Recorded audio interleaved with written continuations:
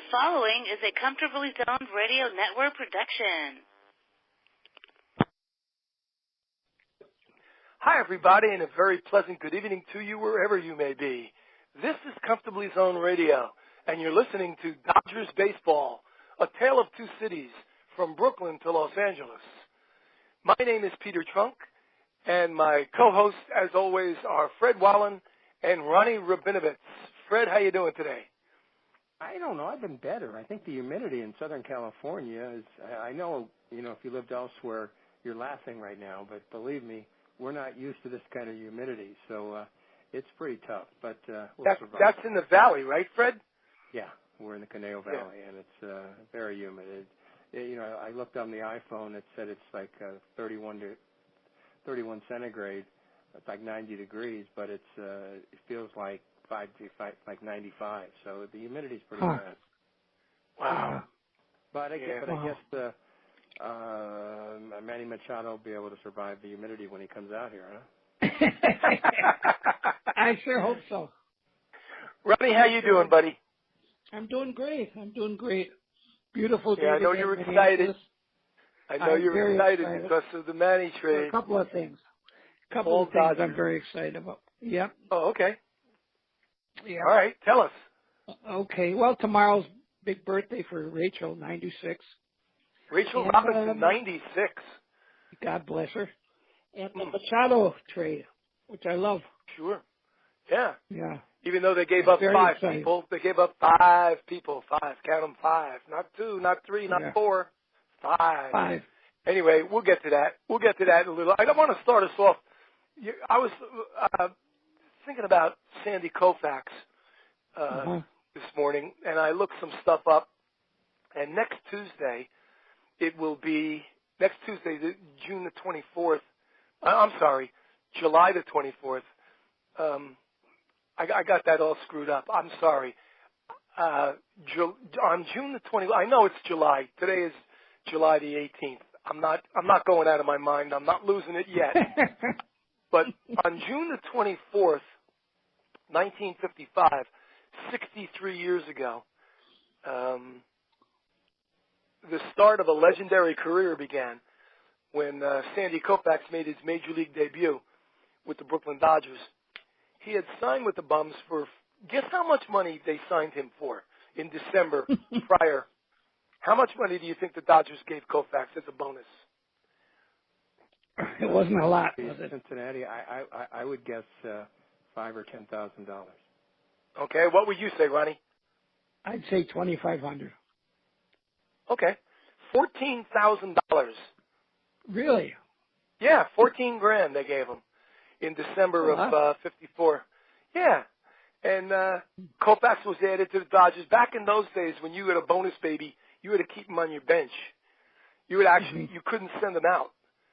You had to keep him on your not only on your roster, but on your active roster, your 25-man. So when Koufax was added to the Dodger roster, who was sent down at the expense of Tommy Lasorda? I think we've heard of him.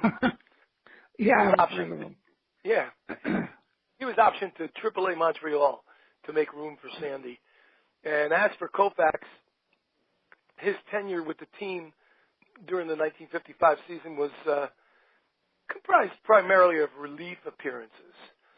Such was the case for his first game, when the famed lefty entered out of the bullpen against the Milwaukee Braves on June the 24th, 1955. Koufax allowed one hit, issued one walk, collected 2 strikeouts over 2 scoreless innings. That was his first outing. He made a second relief appearance before seeing his first start. So he relieved in 12 games. Overall in 55, he went 2-2 with a 3.02 ERA in 12 games. 7 relief appearances, 5 starts. Sandy went on to win 3 Cy Young Awards, an MVP. He earned 7 All-Star Game selections. He won 5 ERA titles, earned run average titles. He threw 4 no-hitters, one of which was a perfect game.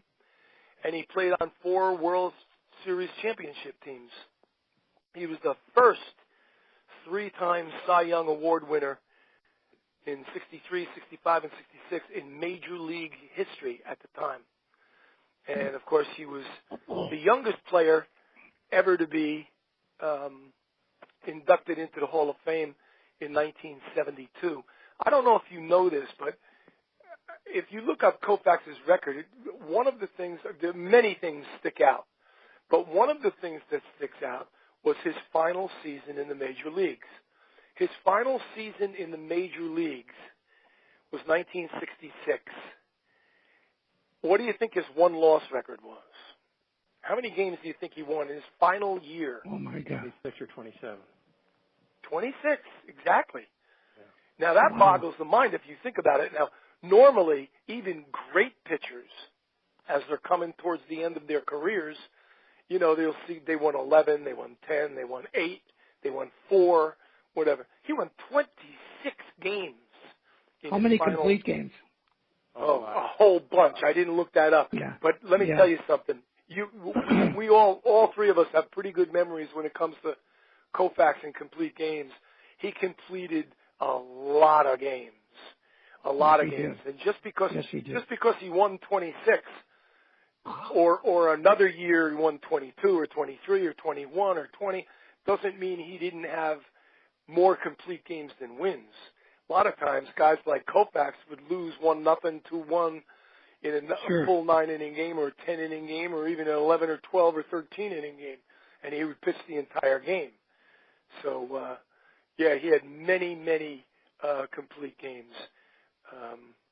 I remember one stat that I read about Robin Roberts, the great right-hander and Hall of Famer for the Philadelphia Phillies. He had 28 consecutive complete games one season. Wow. Not only 28 complete games, 28 consecutive. Is that amazing? That's an amazing stat. Let me add this. You know, Koufax didn't retire because his arm was bad. He had, I think it's Raynaud's syndrome, and his fingers, there was something wrong with his fingers, and so that's why he was forced to retire. And, yes, he had arthritis, and it affected his fingers. It came from the elbow, and he had no feeling in his fingers. Now, if this had happened in 2016 instead of 1966, perhaps a surgeon would have been able to help him, and he would have hung around for 5-7 more years, and then his numbers really would have been. Story about his no-hitters. What? I was at his first no-hitter. Okay. Were you? Oh, wow. 1962 at Dodger Stadium against the pathetic New York Mets. First inning, 9 pitches, and they all struck out. Okay? So now, through 6, he's got a no-hitter. And, folks, this is a true story. My dad managed a butcher shop, Berkovitz Meats, in Southern California. He worked 6 days a week. He had to get up at 6 or 6:30. So he turns to me after 6 innings, and again, I was like 8 years old, and he said, we got to go home. I said, Dad, he's got a no-hitter. And I swear to you, I heard the last 3 innings of Koufax's first no-hitter driving back to Culver City, California. Now, oh my goodness, how many people can say that they left in the middle of a no-hitter? That's a true story. Oh my God. Yeah. Wow. That's crazy. His dad gets up at 6 in the morning. You can understand, and you know he was the biggest baseball guy. He was going for me, but I got 2/3 of his no-hitter. I'll tell you something funny with him. When he first came up, he had a fastball that was terrific, but he was wild. And there were many times where he'd be brought in from the bullpen. And I would cringe. Oh, they're putting in Koufax, you know, because he was so wild. Yeah. But he sure tamed down. He was terrific later.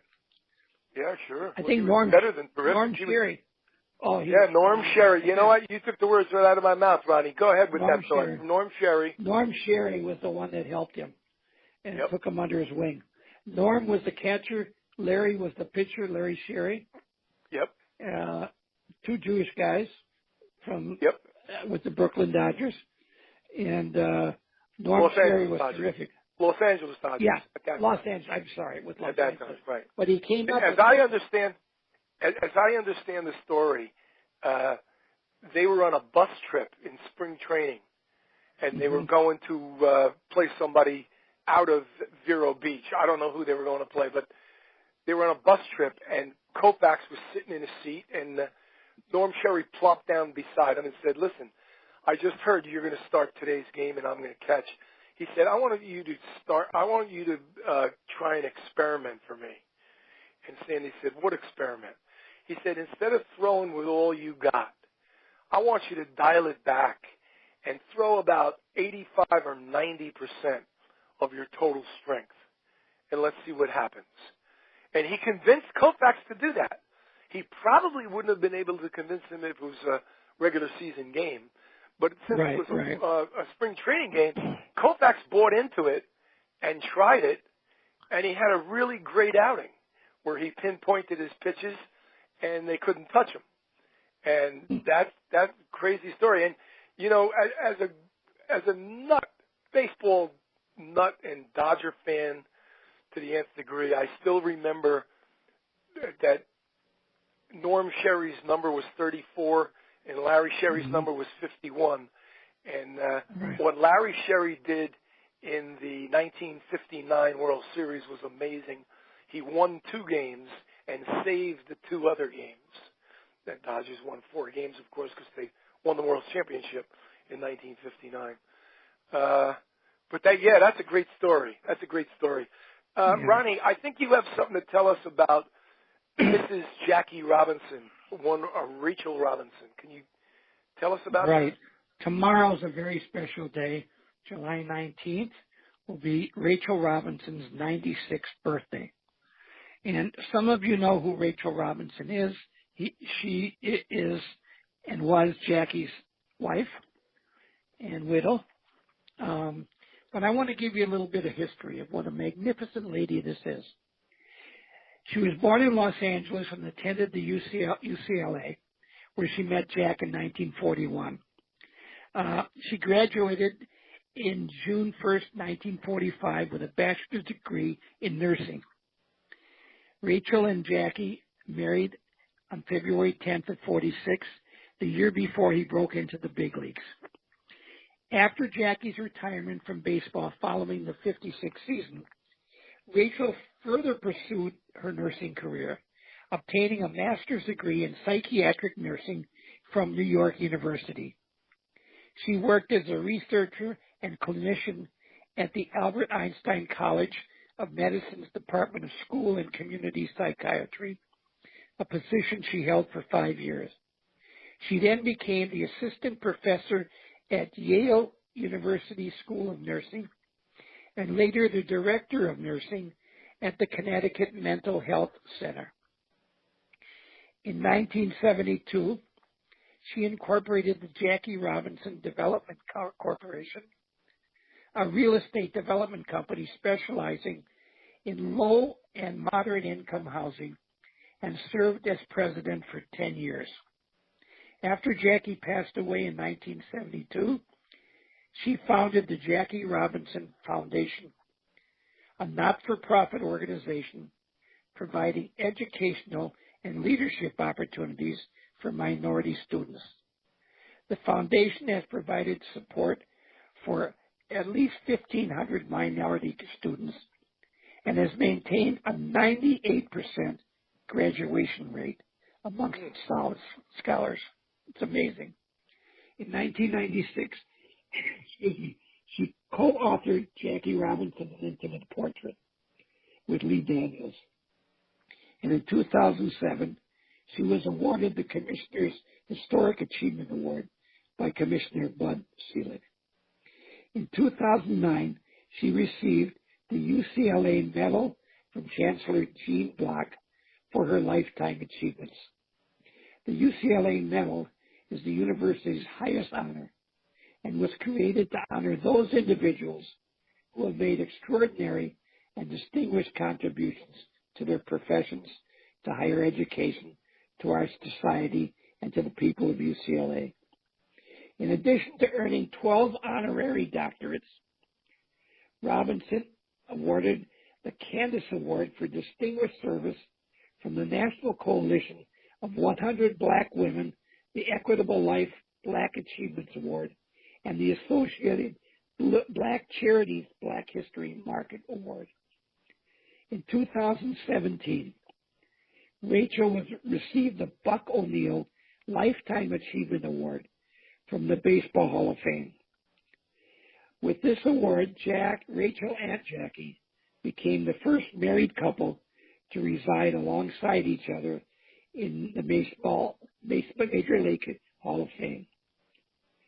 She believed it was a huge honor to reside alongside of her husband. And in her speech, after receiving the award, she discussed the qualities and characteristics of Buck O'Neill, the individual who the award was named after. She stated that it was an honor not only to receive the award, but also to have stood alongside her husband while he overcame the obstacles thrown his way. She was able to be his support system while still pursuing her career. You can imagine sitting in those bleachers or in those stands when the cat calls, what they were doing to Jackie, throwing balls at his head, spiking him, death threats. And she was sitting there right in the attendance of the ballpark and hearing all these cat calls. It had to be very terrible. Rachel resisted, and I know this for a fact. For many years, she resisted having a movie made about Jackie, whom she called Jack. She never referred to him as Jackie. She had discussed the topic with a few individuals in film production, but something to her was just not quite right. So she felt that those individuals did not have the story as she envisioned it. Finally, in 2013, she was able to come to an agreement with directors and producers from Legendary Pictures and the Warner Brothers studio, and the film 42 was released. She emphasized that it would be a great opportunity to educate individuals about what her life was really like alongside Jack. Her mission in life was always to educate young people, teaching and teaching. She believed that everyone was curious to know what it was like to live with him and what their life was like both within and away from the ballpark. Rachel discussed how the film would provide real life scenarios on how they were treated after her husband broke into color bearer in the major leagues.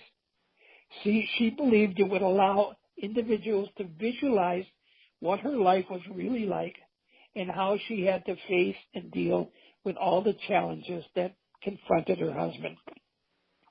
Rachel was able to meet with actress Nicole Beharie and give her an idea of what her relationship with Jack was really like. She wanted to make sure their story was told as truthfully as possible.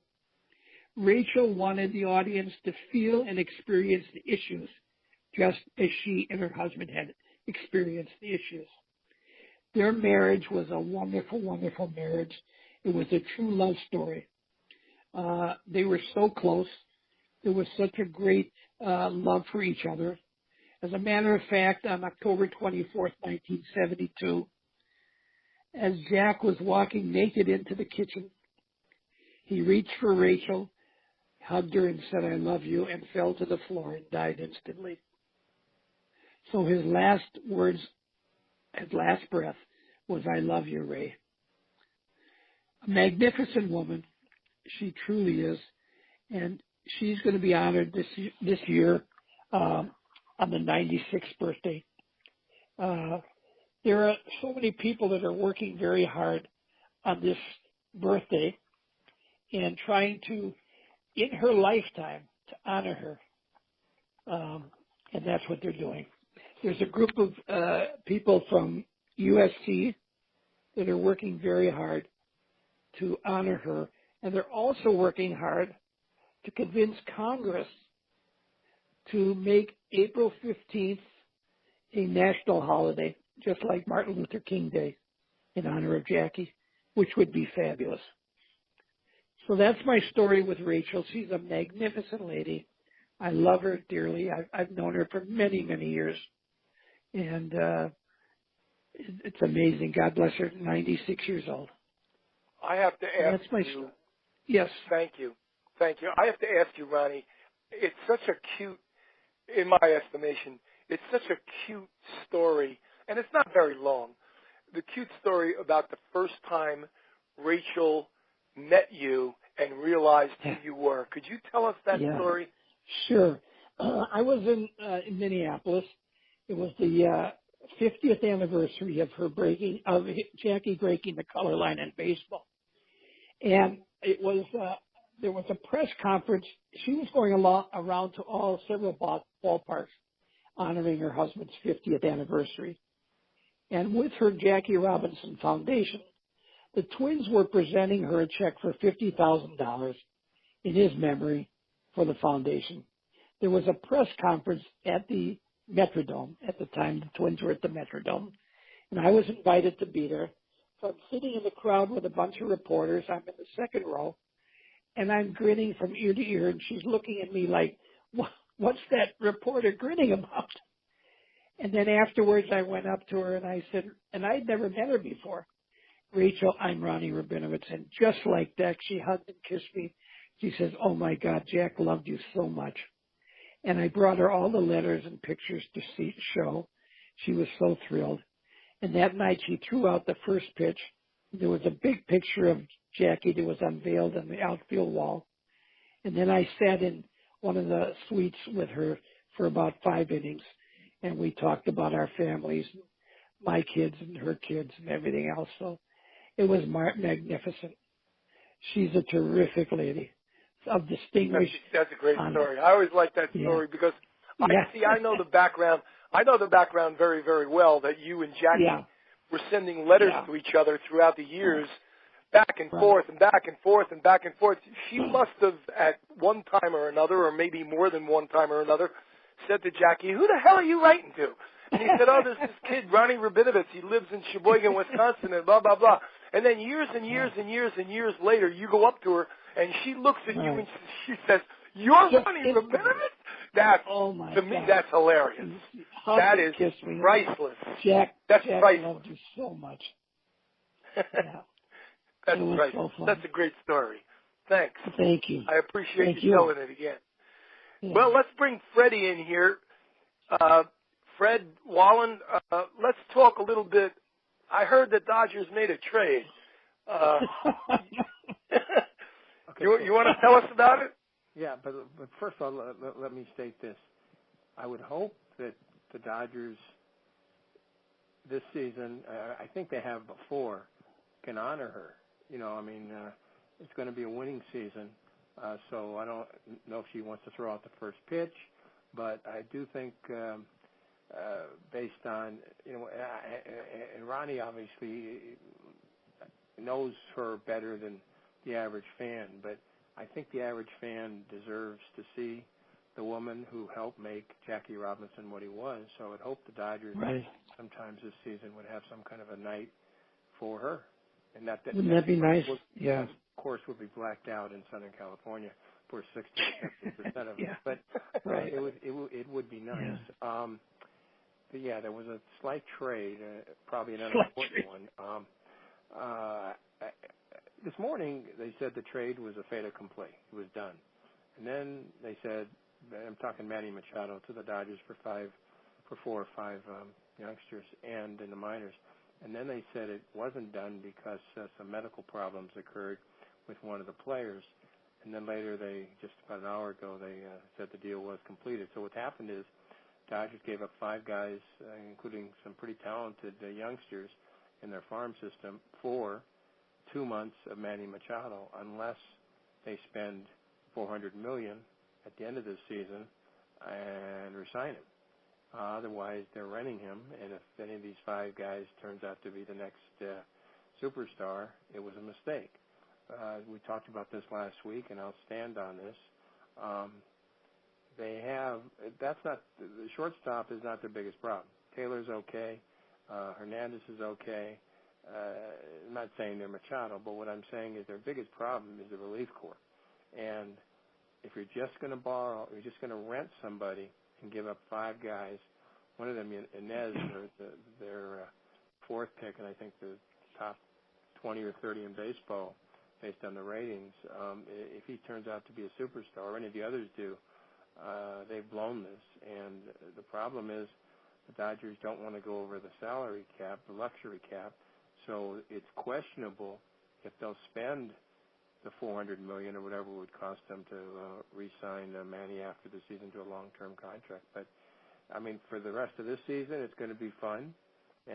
But again, if they don't get a better relief corps, I don't care if you got Manny Machado and you got Lou Gehrig and Babe Ruth, you're probably not going to win it because that relief corps is going to give up too many runs between the 6th and the 7th and the 8th until you get the Jansen. So that's what's done. The Dodgers did deal for Manny Machado, and other teams had been mentioned. Philadelphia, of course, had been mentioned. The Yankees had been mentioned. So for the end of this year, I mean, how can he hurt you? He can do everything. But it just puts more pressure on Dave Roberts to try to get all these guys in the lineup because there are a lot of guys who can play a lot of positions. But I'm going to ask you guys, if they don't re-sign him, would you give up 5 pretty good minor league players for 2 months? I'll let Ronnie go first. Well, I think that they're going to really try and re-sign him. I don't think they're going to let him go for 2 months. I really think so. And I think that they're not done trading. I'm hearing rumors that there's some talk about some trades with the Minnesota Twins, possibly involving Dozier, possibly involving a couple of relief pitchers. I don't know. But I also realize that I think the Forsythe is going to be gone and possibly a couple of other ball players in these trades. I don't know who it's going to be with. They're not going to get rid of Hernandez. They're not going to get rid of Taylor. They're not going to get rid of Kemp. They're not going to get rid of Pugh. They're not going to get rid of Peterson. They're not going to get rid of Muncy. They're not going to get rid of Bellinger. And they're not going to get rid of Turner. So now you're going to have to give up more minor leaguers for somebody else's ace reliever and an ace reliever who's willing to be the 8th inning guy instead of the 9th inning guy. Let's see how it occurs. Mm-hmm.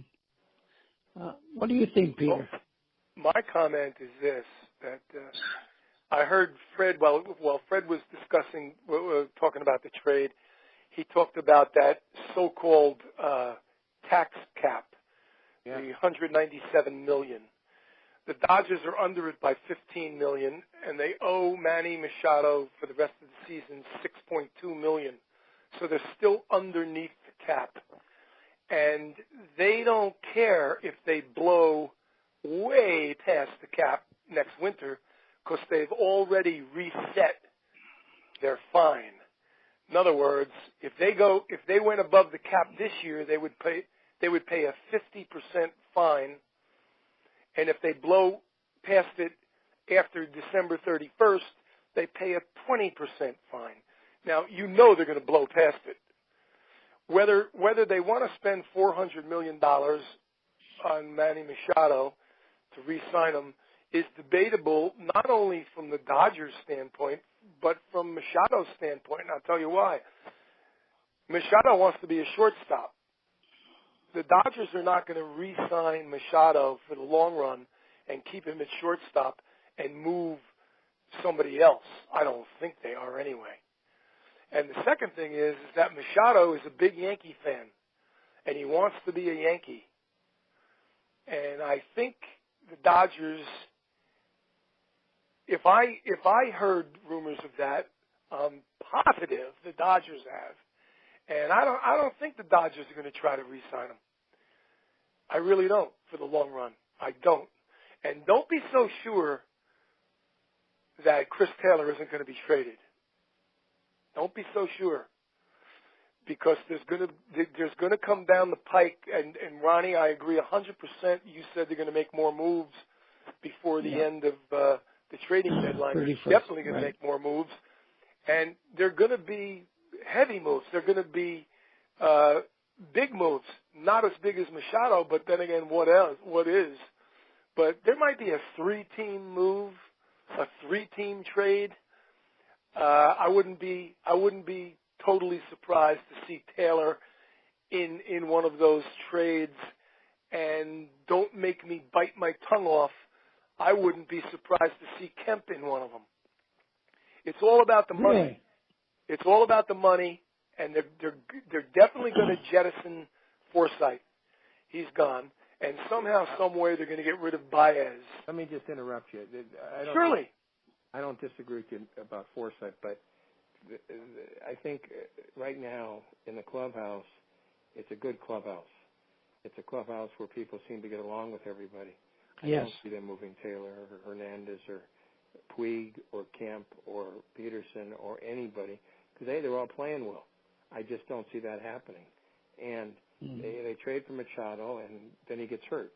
And now you've traded away Taylor. I just don't see that happening. And Taylor, Hernandez can play second base.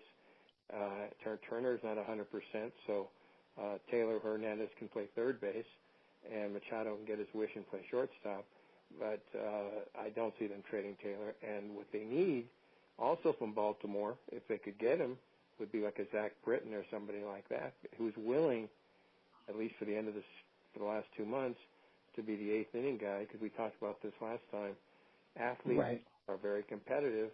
They all think they're better than Jansen, and Jansen's not going to give up that ninth inning rule. So I don't see them trading Taylor. I think you're 100% right about something with Forsythe because now they have an extra infielder. But the question is, would they even $400 million at 20, and the 20% tax? The Dodgers are cheap. The Guggenheims are cheap. If they weren't cheap, they'd be calling up Time Warner Spectrum right now and saying, that $8.3 million that you gave us for the 25 years to televise everything, we'll give you back $1 billion or $2 billion, and then you could lower the prices to every other system in Southern California and Nevada, and everybody could watch the games. The Guggenheims are cheap. That 20% we're laughing at, because it's no longer going to be 50%, still going to be a lot of money, and I don't see the Dodgers wanting to use that, so lose that. That's just my opinion, and I'm angry because there's too many. Look, we did not get to see much of the last season of Vin Scully.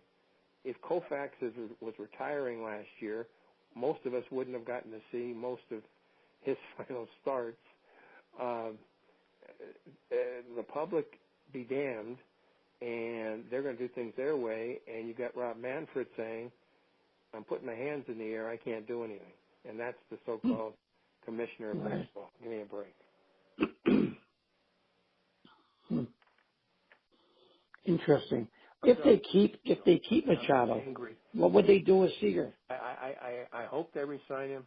Otherwise, I think they paid way too much, but I don't think they will, and I don't think they'll trade Taylor. Well, what would they do with the Seager if they do re-sign him? Sorry?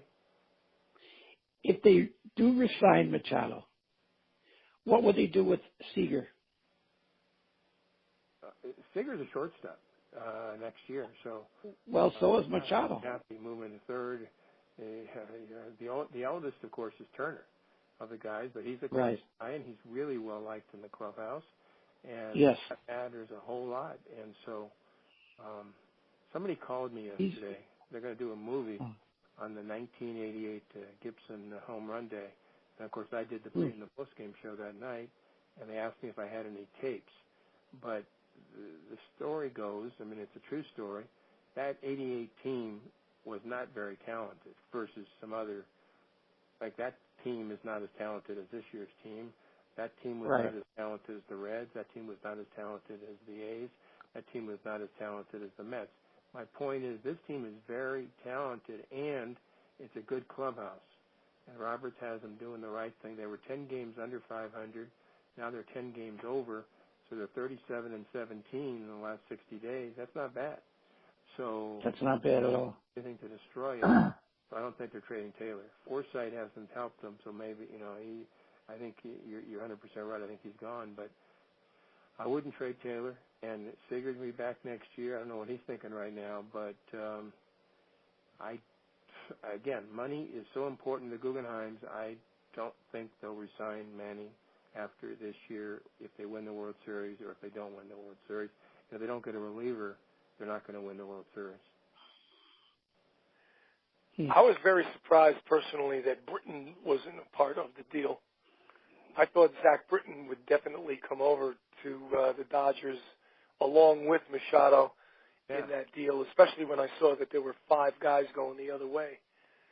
I was surprised and disappointed, but the Dodgers will get more than one. I think they'll get more than one reliever.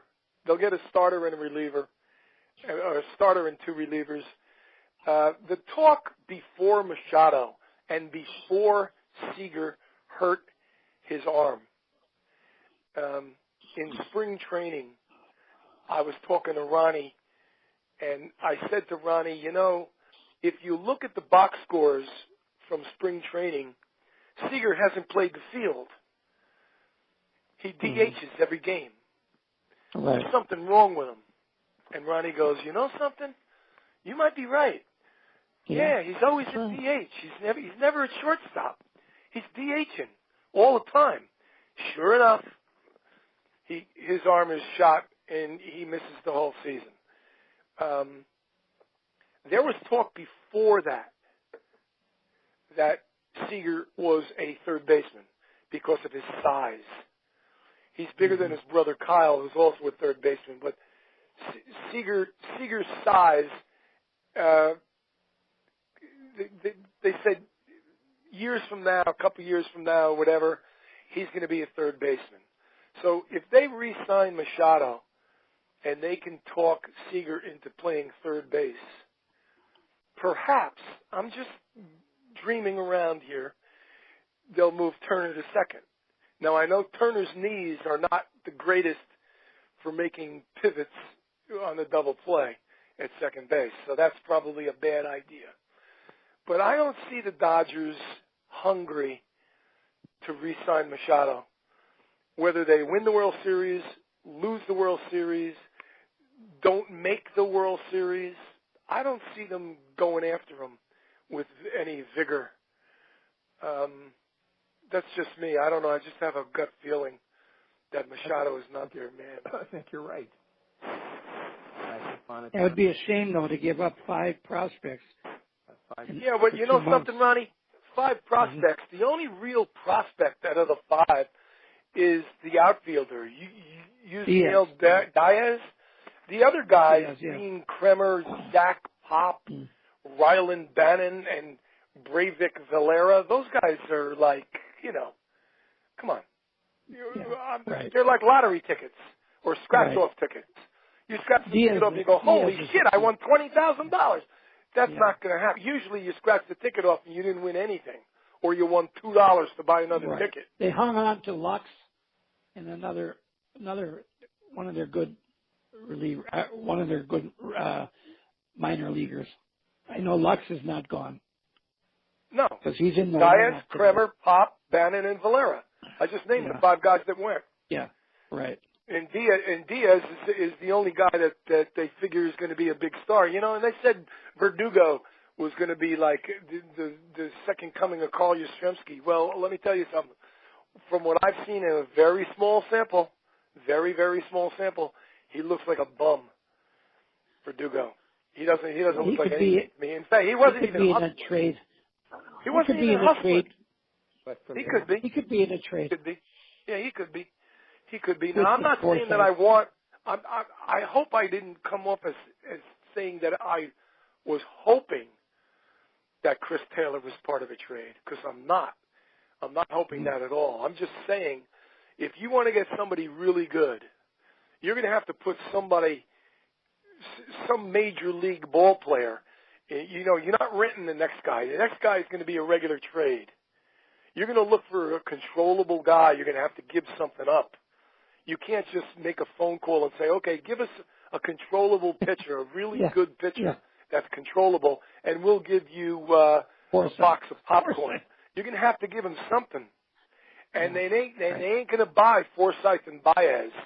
They're going to need somebody. So just don't get your pee hot if you see Taylor's name being bandied about. Because now with Machado, it's not the end of the world if Taylor does get moved. A lot of things change. He changes the pH balance, if you will, of the LA active roster, 25-man roster. I'm still waiting for Ryu and Urias to come back because they've been promised. Dodger Nation, that blog, whatever you want to call it, they keep saying that these guys are a week away. Ryu and Urias are a week away. They're coming back. That would be like trading for two left-handed pitchers, wouldn't it? If they came back next week? No, because Urias, he's done a couple of minor league stints. They're not going to let him go more than 60 pitches, which again means you have to have the relief pitchers. So it doesn't mean anything. Right. And as Ryu is the same thing, but they're going to be very careful with Urias because he is their number one, future star. If it's not Buehler at this point, but I haven't been in the clubhouse this year. I haven't been in the clubhouse in years, but everybody who has tells me that Taylor's like the most well-liked guy on that team. So I don't think they'll do Taylor. That's all. And here's a guy who was an average player in Seattle, and now he's golden here because he can play every position and play them all well, and he's happy. If it's center, short, second, it doesn't matter. I just don't see them dealing him. But I think your point well taken. Unless you're going to get a relief pitcher that, again, renting him, you're going to have to give up something. But I don't want to give up Taylor. I don't want to give up Hernandez. I mean, how many clutch catches does a man have to make to prove that he belongs here? And that's Hernandez. Oh, he does. Hernandez, they can't get rid of him. So he's showing For power. sure not. And I have a hunch he's going to come back with a lot of power because in the last few games he's missed the home runs by 3 or 4 feet a couple of times. So I think he's right. Not just a hunch. You're not going to get rid of Bellinger. So I don't know what you can do, to tell you the truth. And it could be Verdugo and Forsythe. If you guys are right that he's not as talented as they thought he was. But he's still rated very highly as far as minor league ball players are concerned. I've never seen him play, so I don't know. But I'm just it's fun. It's a lot of fun to sit on your couch and pretend you're a general manager. But I just would like to reiterate, let's say you're going after Cole Hamels. Okay. And they say, Cole Hamels, he's available. Well, who do you want to give us for him? And you say, Baez and Forsythe. The guy hang up the phone before you finish Forsythe's name. You're going to have to give something up to get somebody. You can't just say we're the Dodgers and this is our year, so we'll just send you Baez, Forsythe, and Verdugo, and you give us Cole Hamels. That's not going to happen. To get somebody good, you're going to have to give somebody up. So you'd be renting him again. And he wants to come to L.A., so they may not have to pay anything for him next year because he's a free agent. So whatever Texas gets for him, it's a win. But I used Cole Hamels I just pulled him off the top of my head. Right. Anybody else that you can think of that you wanted to go after? You wanted to go after whomever. You name the pitcher. I don't know. So I'm sure the Dodgers have a list of pitchers that they're interested in and pitchers that are not only interesting to them but are controllable for a couple of more years. To get one of those guys or two of those guys, you're going to have to give something up. And I agree with you. You're not going to give up Puig, Peterson, Bellinger, Turner. You're not going to give those people up. But you're going to have to give somebody up. Of course they should give up Kemp. They're paying him $60 trillion. They want to clear up money. You think Kemp is going to keep this up for another 3? You think what has he got? How many years does he have? Is he finished after this year? What's his status? No, do we have him for another 2-3 years? Or 2 more years, I think. But listen, they can't deal Matt Kemp. Okay, I'm telling you, the fans like Matt Kemp. Here's a guy who lost 40 pounds in the off season. He made the All-Star team. You can't. All right. There's got to be. All right. I'll play devil's advocate for you.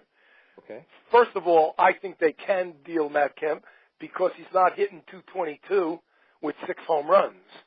He's hitting 322 with like 25 bombs. So that's when you get rid of him.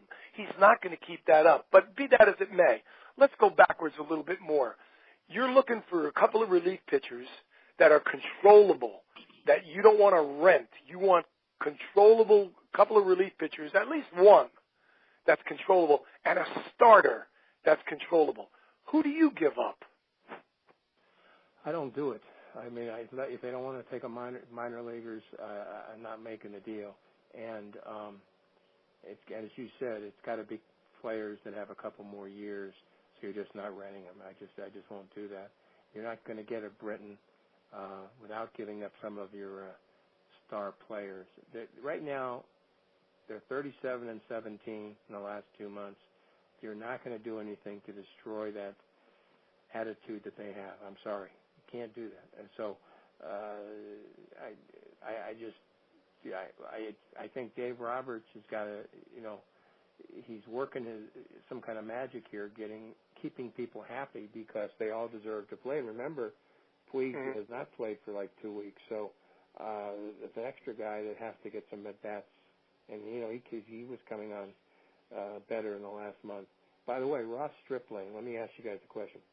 In June and July, Ross Stripling, out of nowhere, didn't pitch well yesterday in the All-Star game, but out of nowhere, has got 49 strikeouts in June and July.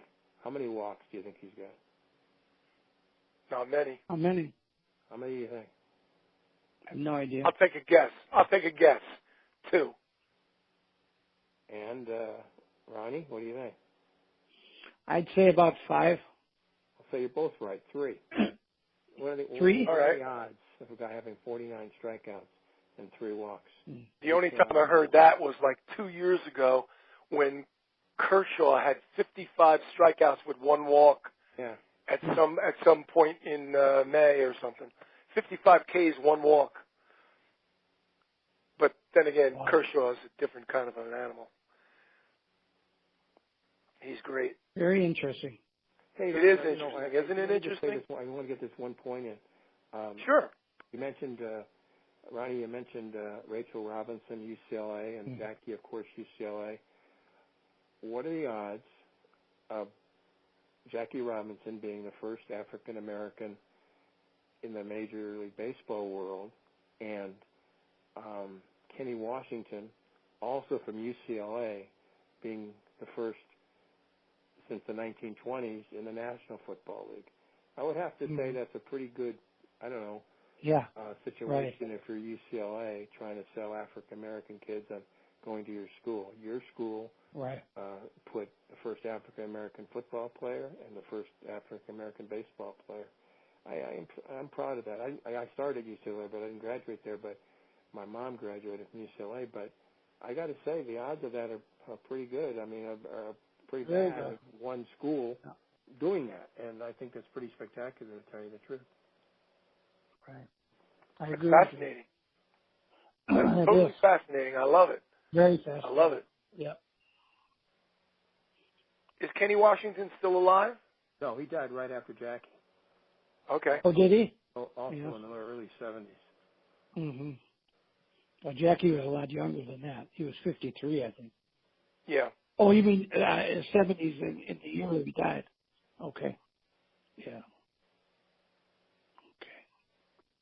That's quite a feat by UCLA Bruins. It sure is. Sure is. By the way, UCLA in 1963, 4, and 5 had a very good basketball player by the name of, and in 64 was their first NCAA championship, Kenny Washington.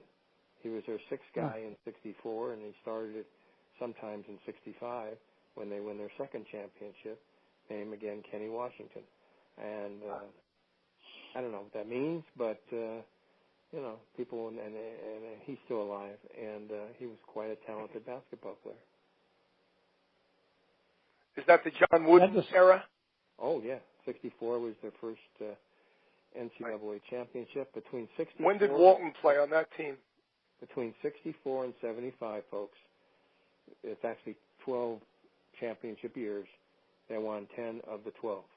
7 in a row and 10 out of 12. And then retired after beating Louisville and Kentucky in 75. Mm-hmm. So it's been, 25 and 43 years since the great John Wooden retired. I can't believe it. It seems like 43 years since he retired? What? Oh, my God. I can't believe it either. 43 years since John Wooden retired. Unbelievable. Are we old or what? We old or what? Holy. We're getting there. Yeah. We're getting there. Oh, man. We are old. I can't believe it. Okay, listen, gentlemen, on that note, let's call it a night. Thank you both. Freddie, I hope you feel better. You too. I hope it cools off a little bit there in L.A. in the Valley. Ronnie, thank you again. Fred Wallen and Ron Rabinovitz, along with Peter Trunk. And thanks for tuning in, ladies and gentlemen. And I hope you enjoyed the show. We enjoyed giving it to you. And we'll see you back here next week. Good night, gentlemen. Bye, guys. Good night, Peter. Good night.